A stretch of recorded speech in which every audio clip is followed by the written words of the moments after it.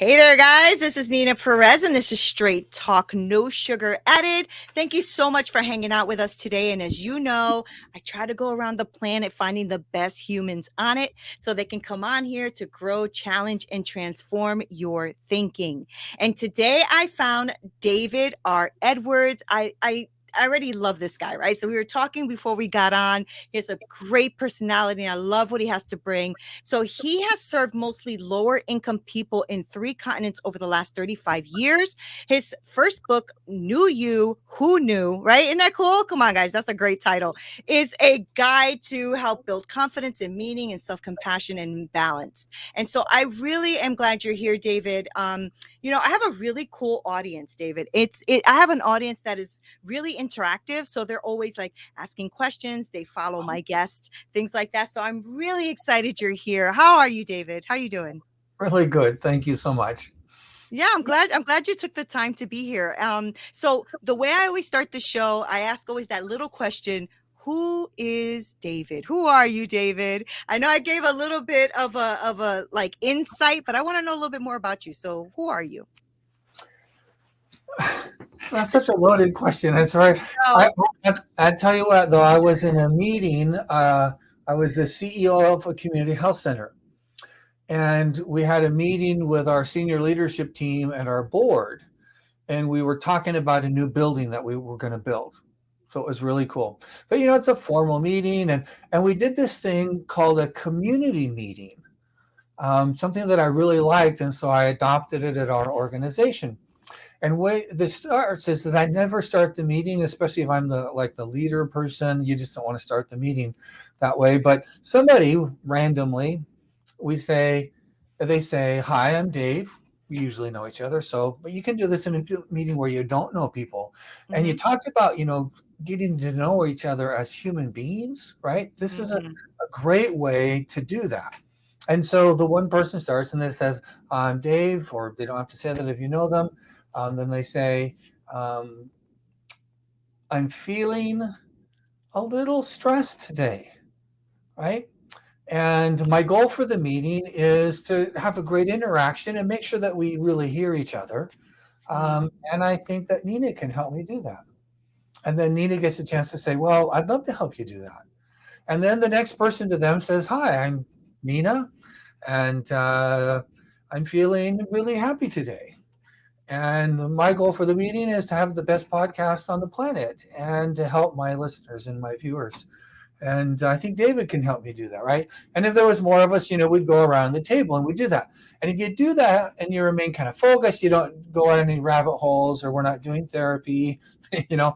But what it yeah, does is it starts the meeting where we recognize that we're human beings, and we right. have a place where we're at, and understanding where that is going to help us have a more productive meeting. So we were in this meeting, and we did a community meeting, which was really cool. And then they did another icebreaker, and they asked, "Well, who are you?" Right? And people said, "Well, I'm a doctor, or I'm a board member, or I'm whatever." And so when it came my turn, and again, these people knew me mostly, I said, "Well, I'm a child of God." I think that's the first thing. Mm, If you want to get to know me, I think of mm, myself as a child of God, and all of you as well.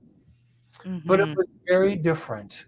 But fundamentally, if you ask, who am I right. believe I am an eternal being in a little tiny bit of this mortal journey we call Earth life. Yeah. And then life will continue. And we just take everything we've learned and become here, and it goes with us, and we continue that journey of learning and I love growth that. and development, forever. And Right. what a beautiful thing. So I Yeah. think fundamentally that's who I am, and everything I try to do is really built on that premise. Mm. Do you think that, what, like when I introduced you, I talked about how you have, served mostly lower income people over, 35 years, right? It's a long time. Do Yeah. you think that it had to do with your faith and you being a child of God, like the serving heart? Or, is like that, is that intricately part of who you are? Absolutely. It Yeah. is it is inseparable from who I am. Mm, And so, and I mean, I grew up, I was born to a mom and dad, in 1960. and my parents loved me. They're human beings like the rest of us. We, had some lean times. We had some better times around 1970. Isn't it interesting how this happens in transitions? We Mhm. had Mhm. probably the most career-wise successful period of my dad and mom's life. Um, and so he took to drinking and carousing, and my mom divorced him. And that changed our life. So we had this Yeah. transition we had to make. And it's usually in these kinds of transitions, that we either thrive after we've kind of dealt with what we need to deal with. We either thrive or we kind of dwell on, the past. Right. And so, we've all got these things, these transitions that we go through. It could be relationships, it could be career, it could be physical things, it could be mental things, it could be educational things, right? Whatever it is, we have all these transitions. And I've gone through kind of normal things. And so, my mom remarried a man who was a full-on alcoholic. That was a pretty challenging process and time period. Um, and you know what? Um, they found some hope. They found Mhm. something that helped them and supported them in changing his life in particular. Oh, And that's great. yeah, and my mom was this close. If you can see this, or if you're listening, this is about an inch or inch and a half to leaving him after less than a year. Um, but that's a whole nother story, but and a longer story. But anyways, they got hope and they were able to turn things around. And actually, um, he spent much of the next 10 or 15 years helping other people in like AA meetings Wow. overcoming Wow. alcoholism, right? Because one of the greatest lessons is that whatever challenges we've got going on, when we're in the midst of it, we Yeah. so often feel alone. Mhm. Like we have to bear this burden ourselves, and there's nobody here to help me. Nobody understands me, right? But that is wrong. Sorry. That's wrong. It's It not true. is wrong. It is not true.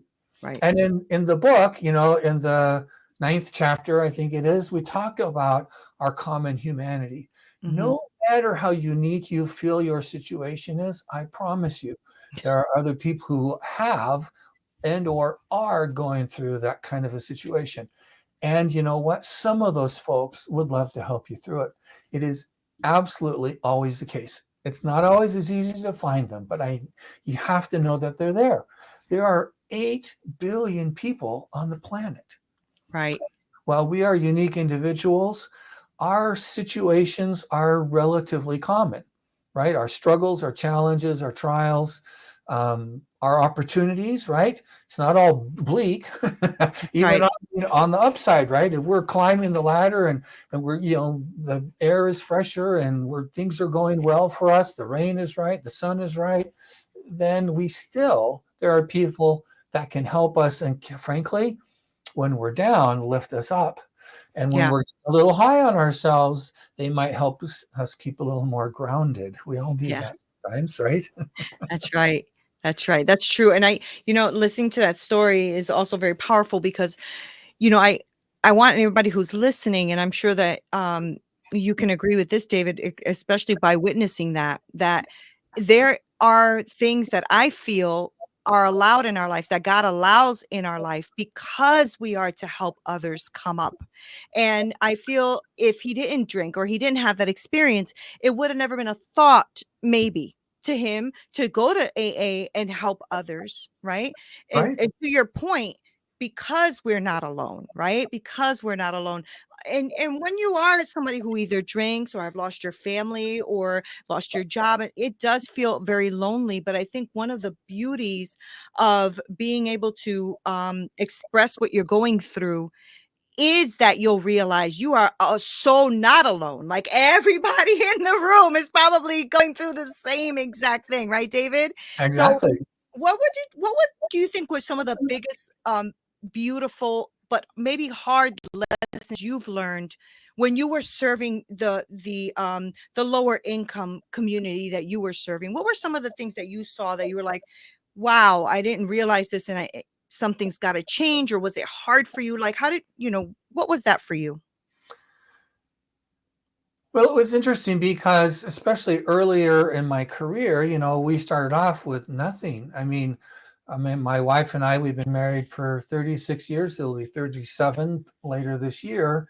And when we first got married, had just graduated from college, or had I? It was right around when I graduated. And, I'd been working part time, working through school, and we went on our honeymoon to Canada. Didn't go to Hawaii or Barbados Right. or something. From Seattle. I mean, we lived in Seattle area. Right. Oh, yeah, we drove 60 miles north and went on our honeymoon. And it was wonderful, right? I mean, we were in love, and it's wonderful. And frankly, after 36 years, we're still so much in love. But That's it's even amazing. better. I We're love it. older, so it's different, but it's really wonderful. But we got home after a week, and I had to go back to work. And we had a tiny little apartment, and we had basically nothing. I mean, what Right. we got is our wedding gifts, and we made just enough money, to pay the bills, to pay our rent in our old rundown apartment, and not Right. the best part of town. And um and uh and so we kind of knew what that was like, to kind of live paycheck to paycheck, which we did for quite a while. But as I went back to graduate school, we kind of got out of that, right? And I became like a chief financial officer fairly early in my career, and I never made a lot of money, but we were not living paycheck to paycheck. We're trying to Right. save a little bit, and the time came up we could afford braces for our kids. And it's one of the things, the kind of the revelations, if you've been like a middle class for most of your life, or upper middle class or something, you mostly had the things that you really needed. And Right. for most people living at or below median income, right, that just isn't the case. And you Right. can have to make some really much more difficult decisions. Do I live further from work so I can have lower rent, Right. or do I live in the neighborhood where I don't really want to live, but then I can have an easy commute and that doesn't cost me as much? You got these kinds of trade-offs to make. Yeah. Um, when I was growing up, after my folks divorced, we were really poor. So, mom had been married and never went beyond high school, and so divorced. And dad my dad was not a bad person, but like all of us, has his flaws. I don't think he ever paid any child support for the three boys that my mom Hmm. was raising. Um, and so that wasn't his best characteristic. But um, you know, I had crooked teeth. I fell out of my bunk bed, because we were three boys in a room, and my teeth were all crooked, and I was kind of growing into that, and we never could have afforded braces. Right. Right, Right. that kind of thing. So you look at those kinds of decisions. Whereas by the time our children needed braces, I don't know, do all kids need braces? But both of ours did. Um, Right. we could afford, we could send them to the orthodontist, right? And yeah, he grumbled about paying the money, but we had the money to pay to have braces on our kids. Right. We made payments, and it worked out. But anyways, so when you have lower income, you just have different kinds of choices to make, and they're not due. Do I go to Hawaii on vacation, or do I Right. go to Disney World? Right? They're, where do I live? How do I fix my car? I had a coworker who went all winter long, and it wasn't that cold in Seattle, but relatively speaking, right, it was cold, without her heater working in her car Right. because she couldn't afford to get it I've fixed. been there. Yeah. And so Yeah. we have these kinds of decisions when we have fewer resources. And so this was probably one of the greatest epiphanies. Don't want to dribble onto this too long, but I mean, is this idea that when we have fewer resources, it is that much more critical. It's really super critical that we align our lives with correct principles as much as possible, That's good. right? And so if who's somebody famous like a rock star?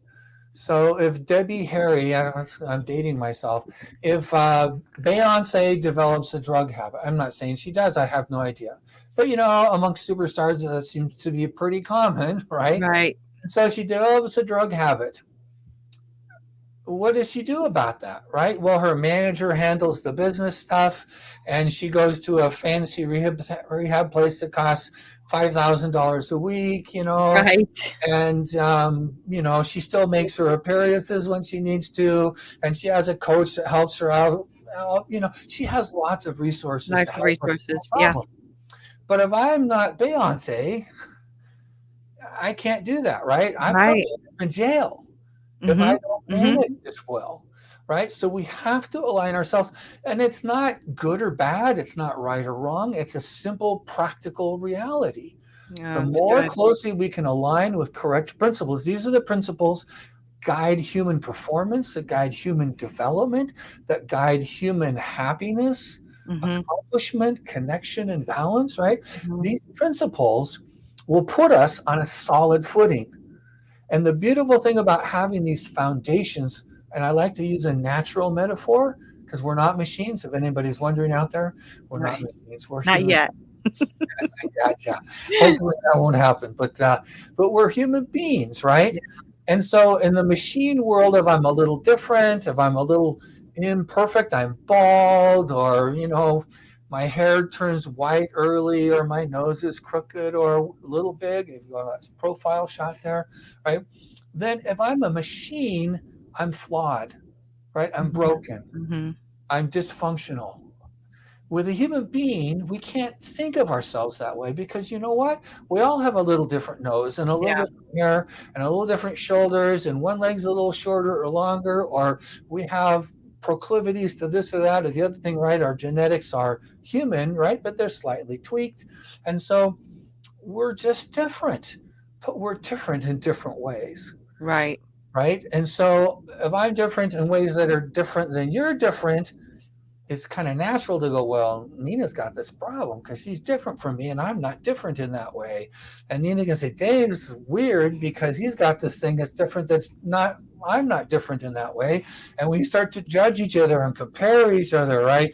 There's one of Right. my sections, one of my skill segments in one of the chapters where I say comparison is hell. It And is. It is. anyway, so I'm kind of dribbling on here, sorry, but I mean, this is all a part of being human beings and aligning our lives with the principles that create the kind of things we really want in our lives. Right. It's really critical. It's helpful to everybody. But if we have less income, it's not just nice. It's not just helpful. It's really essential.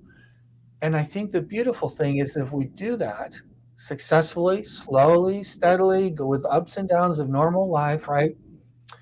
It doesn't matter what our education is. It doesn't matter what our background is, what our race is, what our education level, our income, our family name, things we've done in the past or not done in the Right. past.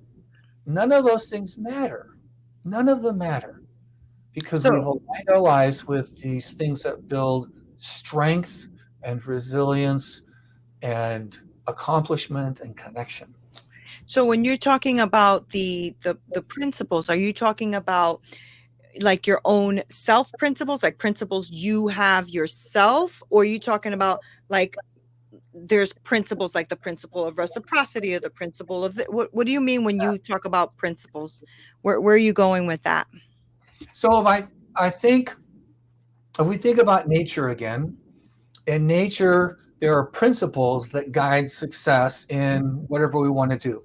So if I want to have a plane, right? If we're back at Kitty Hawk and we're trying to get the first plane off the ground, what are the principles that they had to understand in order to do that, right? So there's principles of lift, Right. principles of acceleration or thrust, right? So there's natural laws that Mhm. guide how we overcome gravity in order to get the plane into the air, right? These are natural laws and principles. And there are similar principles and laws for human beings. Mhm. So, for example, one of those principles we talked about a little bit earlier is self kindness, right? As a principle of human performance Right. and connection and balance, if I beat myself up when I make a mistake, when I kind of recognize my flaw, which are inevitable, but maybe different from yours, right? Mhm. But when I recognize that, if I beat myself up, and how tragic is it? How many of us, when we were being raised, were kind of raised so that when I made a mistake, I was supposed to beat up on myself, right? Right. I'm a dummy. I can't believe I did that again. How stupid is that? I just can't believe it. What a Right. moron, right? We use this kind of language to describe ourselves. And yet, Nina, I'll bet you a nickel if you have a close friend or family member who's going through a hard time, you've never gone to them and Right. said, "You are such a moron. I can't believe you Right. did that again," Right. right? 100%. That's Right. not how we talk to each other, That's people that right. we care about, right?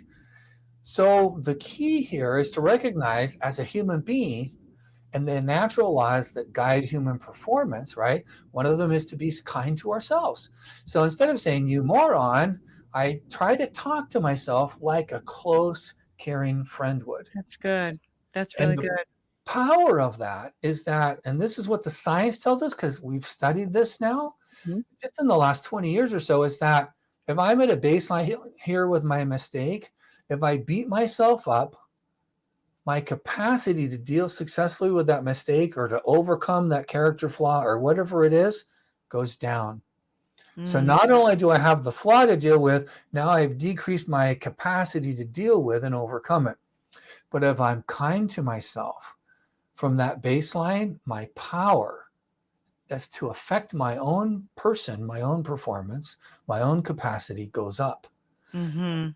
right? That's So we good. can either help ourselves out or kick ourselves in the butt. Which we're going to do. So it's a choice we make Yeah, it is. on that principle.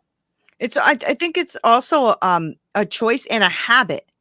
I think that, we've gotten so accustomed, at least I know I had to grow out of that. And I went, I got my certification for neurolinguistic programming, right? So I had Okay. to learn all of that, right? Learn how to Yeah, speak to myself and catch myself too when you don't realize that you're doing that to yourself, right? And because it's almost ingrained into this habit of you talking to yourself in that way. And so you're right. But these are definitely choices. And because they're choices and habits, you can change them. You can exactly. change them, right, David? I love Exactly. that. I love that. So I wanted to touch on your book. And is this what your book is about? The new you who knew? I love that title. So because I know you said it's basically like this guide that you put together to help build confidence and meaning and self-compassion and balance and all of that. So Yeah. can you take us a little bit about what the book is about and how my listeners can, utilize this book? What is this book going to mean to them? You bet.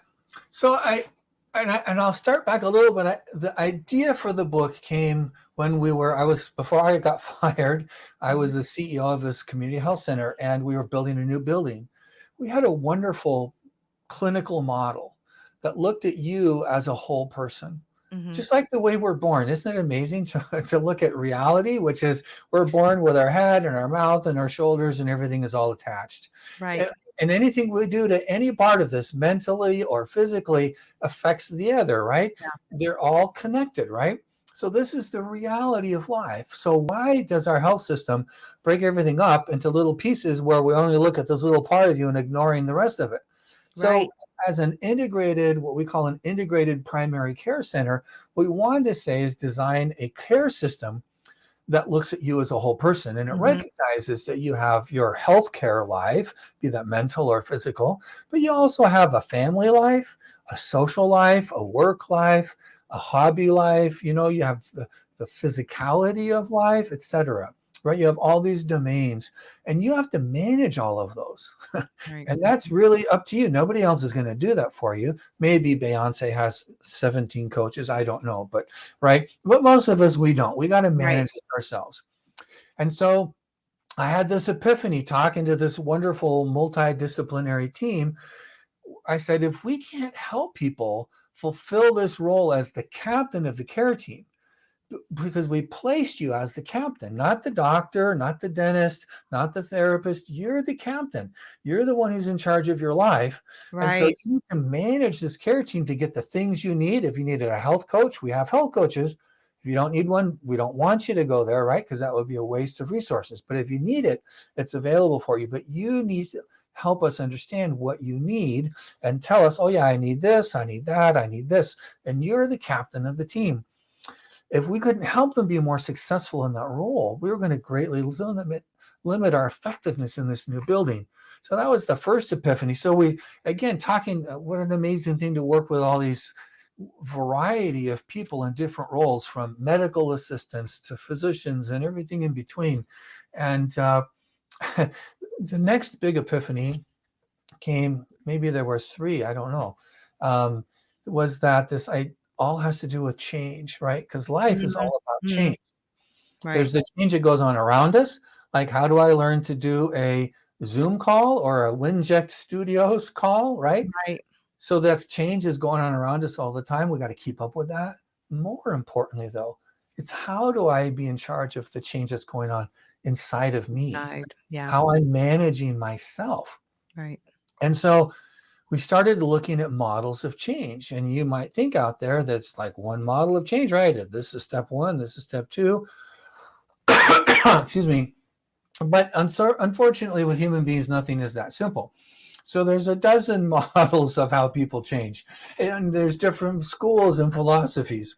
So I Right. lined up 6 of the most common because I'd been a finance guy for a lot of years. So I put it on a spreadsheet and I listed out, this is what these guys say, and this is what these guys say, and That's etc. smart. Yeah. And what my next epiphany was that at the core of all of these change models was this strange little thing they called personal or intrinsic motivation.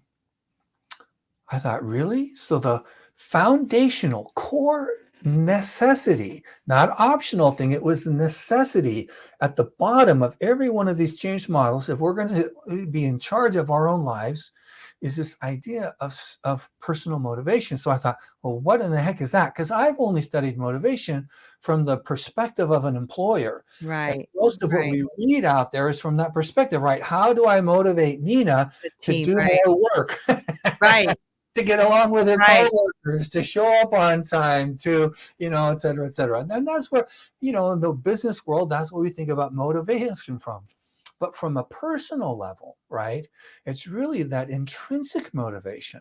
It comes from inside of me, and nobody else is in charge of that, Right. only me. And that's really what the book is. So what I did is I studied for, a little embarrassed again, I'm a little slow, but 2 years of reading and Good. researching Mm-hmm. from really brilliant people, much smarter than I will ever be, like Dr. Albert Bandura, who really invented this idea of self-efficacy. That's the exercise of control. It's the motivation to do things, to get up in the morning and get things done, right? And then Dr. Kristen Neff, who wrote the book Self-Compassion, and the lead researcher in that area of self-compassion and those principles and our values, right? And I've always thought values were important since fairly young in my life. Right. Never knew how critical they are to our motivation. And there's been a lot of research done in the last, say, 20 to 30 years, Mm-hmm. making our values explicit. And so the book I've identified through all of this research 10 principles, kind of like we Oh, talked about before, right? awesome. Mm-hmm. 10 principles. The first one is our values. The second one is awareness. The third one is learning, and go on and going on until the last 2 or 3 are self-kindness, a sense of our common humanity, and what I call mindlessness, which throws people for a loop, Right. purposefully.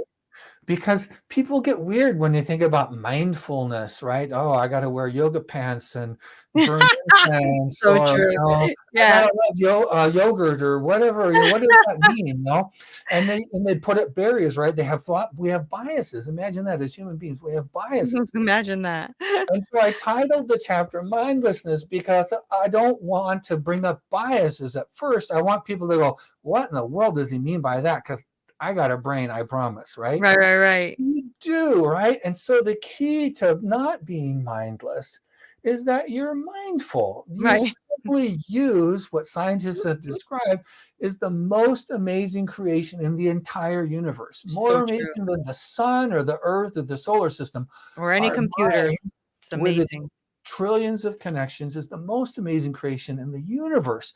So Yeah. how do we use it? And that's all I'm asking people to do in very, very simple, non-judgmental, not fancy ways, is that we use our mind a little bit every single day, and then we get to bear the benefit, right? We get the fruits of doing that, which are frankly off the charts amazing. Right. Oh man, I love that. I love that. So, is this something that you are now like guiding people on and teaching? I know that you are on here because I love speaking about this kind of stuff, and a way to impact my audience. Right. I have a lot of like entrepreneurs and people who are shifting from maybe careers to something else, and that's one of the things I bump into a lot. Is I don't know if I can. What do I even want to do? I don't know. I don't, that kind of stuff. And I realized that there's something that's happened. I don't know if it's social media or what it is, where our confidence has been dinged, the meaning of life has been skewed and things like that. So I love that you wrote this book. And are you doing something do you have like a Facebook groups, or do you have like a mastermind, or do you do anything like that, David? At this point, not yet. Yeah, I Okay. don't really have, I don't have a mastermind or anything. I'm sorry, I'm distracted. I'm in the basement and a little bunny is poking his nose just over Oh, the edge cute. there, looking That's in the because window. he's like, "Knew you who? Me?" It's a bunny. Anyways, right now I'm really just trying to get the book out and get it into the people's hands because Yeah, it can't help us, if they don't look at it. yeah, yeah. Um, It could and become a good mastermind though, David. I mean, you have a lot of great points in there, especially because you have so many points, right? You have 10. yeah, So you can definitely, do a mastermind and transform people's lives that way as well, right? For those yeah, who maybe like reading, but also just like this, value of doing things with others, right? So yeah, not to give you more work on your plate, David, but it just sounds like a good mastermind is all I'm saying. That's all I'm saying. That's all I'm yeah. saying. I love it. Well, in the second chapter, I say I love feedback. So thank Yeah. you. You're welcome. I'm really glad. I'm glad you're here. I'm glad that you came and dropped all this beautiful knowledge. I know that, like I said, I have this amazing, beautiful audience as well that is growing, which is a beautiful thing. And I'm watching, this community of people that are growing and learning and expanding. And so, David, I think your book is going to come in very um it's going to be something that people are going to seek is what I'm trying to say, because I think that we're all trying to seek something that's going to improve us and make us better and make us realize that there's other ways of building ourselves up, you know and then maybe it's not scrolling through social media, guys. Pick up a book. But no, David, thank you for being here and sharing your wisdom with me. Honestly, thank you very much for being on Straight Talk. I really, really appreciate you. Thank you. Thank you, Nina. It's been Um, a pleasure. is your book available everywhere, or where can they pick it up? So it's available right now on Amazon, Okay. and it's in a ebook. It's on paperback, and I Okay. just published the audio book just 2 weeks ago now. Oh, awesome. Did you do it So yourself? I did not, I thought Oh, about that's a lot of doing work. myself, and I realized I went out, and I screened a whole bunch of people, and my youngest daughter is a voice major, so I had her listen to these people. We found this narrator who was just amazing. Good, You good. know, It's a lot of anyways, work. we Yeah. have a good narrator, and had it produced professionally. I think it turned out Beautiful. really well. Good, good. I'm glad you did that. Like I said, even I sometimes I get so caught up because I have so many clients and so many things going on that I listen a lot to audiobooks, and then I'll jot down a lot of notes. So I'm glad you did that, David. I really am. And think about that mastermind, all right, David? All right, just think about that. But is do you have a website or anything where people can connect with you or anything like that? My website, www.davidredwards.com. So it's just my name. Oh, okay, perfect. Very simple. I'm Perfect. on Facebook, and I do have an author page on Facebook, and I'm on LinkedIn as well. Great, great. So thank you for being here. I'm really, really grateful. And guys, you heard it. I mean, he has a lot of great knowledge and wisdom to drop. So I want to make sure that you guys follow him. It's David R. Edwards, and you can go on like all the social media channels. I'm going to make sure to link his information below so that you guys can support him. Go buy the book. I mean, like I said, if he says he has 10 principles in there, well, then grab one a day. just read one, see what you can learn from it and grow. You know, we are always here to grow, challenge, and transform your thinking. I'm really grateful to you guys. So make sure you like, share, subscribe. Let people know that this is here, because the more we can learn, the more wisdom. That is the one thing people cannot steal from you, is your wisdom and knowledge. Okay. They may be able to take your car and your house and everything else, but nothing can take those things away. Maybe Alzheimer's and death. That's it. Right. So if you don't have those two things happening right now, gain some wisdom. Right, David? Gain some Awesome. wisdom. It's All right. beautiful. Thank you guys so much for being here. Neena Perez, Straight Talk, no sugar added.